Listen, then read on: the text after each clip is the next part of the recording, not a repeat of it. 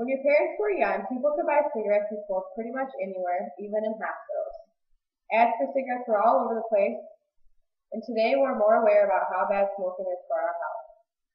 Smoking is restricted or banned in almost all public places, and cigarette companies are no longer allowed to advertise on TV, radio, and even in magazines.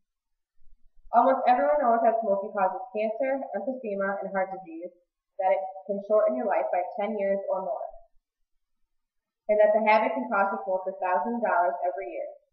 So how come people are still lighting up? The answer is in one word: it's addiction. Once you start, it's hard to stop. Smoking is a hard habit to break because tobacco contains nicotine, which is highly addictive, like heroin or other addictive drugs. The body and the mind quickly become so used to the nicotine in cigarettes that a person needs to have it just to feel normal.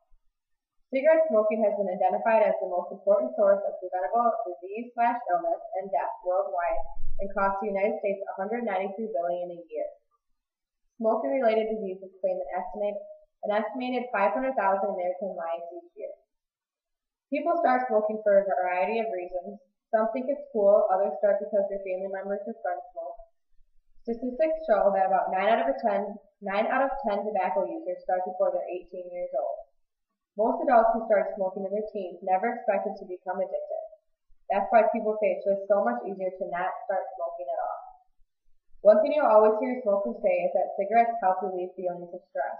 However, they are wrong. The stress levels of an adult smoker are only slightly higher than those of non-smokers. Adolescent smokers report increasing levels of stress as they develop regular patterns of smoking, and smoking cessation leads to reduced stress. Far from acting as an aid for mood control, nicotine dependency seems to make stress worse. This is confirmed in the daily mood patterns described by smokers, with normal moods during smoking and worsening moods between cigarettes. The relaxing effect of smoking only reflects the reversal of the tension and irritability that develop during nicotine depletion. Dependent smokers need nicotine to remain feeling normal. The consequences of smoking may seem very far off, but long-term health problems aren't the only hazards of smoking. Nicotine and the other toxins in cigarettes, cigars, and pipes can affect a person's body quickly, which means that a teen smoker experiences many of these problems, such as bad skin, because smoking restricts blood vessels, and it can prevent oxygen and nutrients from getting into the skin, which is why smokers often appear pale and unhealthy. Studies have also linked smoking to an increased risk of getting a type of skin rash called psoriasis.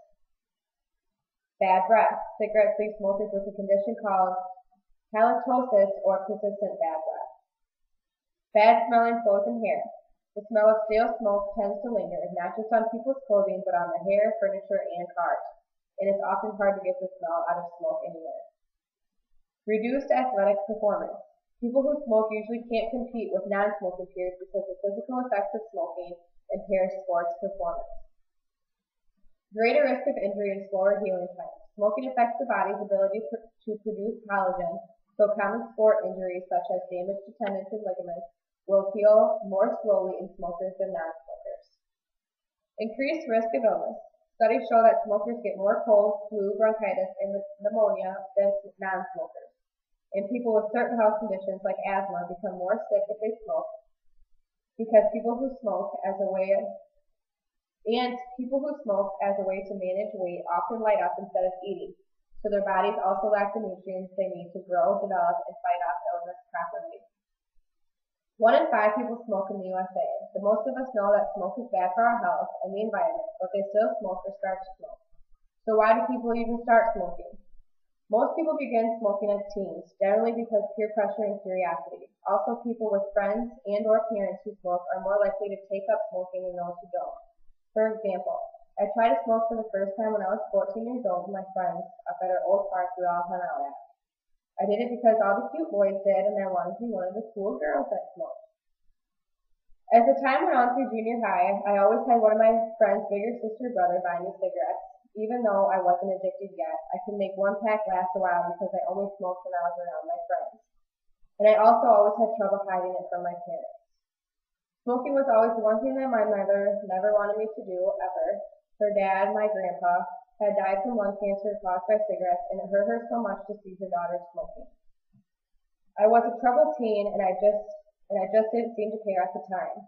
Once high school came along is when my body started craving cigarettes, but I didn't care because I just thought it was now a part of me. After seeing my mother so hurt from it and realizing that I look and smell disgusting is when it started to hit me. My skin broke out from smoking and my teeth were starting to look really nasty. Sooner the better, I finally quit after 7 years of on and off smoking. It made my mother so happy, but more importantly, it made me healthier and happier. Many of my old friends still smoke to this day and they are very jealous of the fact that I was able to quit. It's very hard for a smoker to quit, but anyone can quit. With the right help and medicine if needed, you need to have the want to quit first, and then you just need to put your body, soul, and mind to it. I hope someone who's a smoker listens to this and takes it into deep consideration to try and quit. My resources were www.smoking.facts/net, www.lawn.org, Stop Smoking, About Smoking, and www.perkle.com. And here's my audio.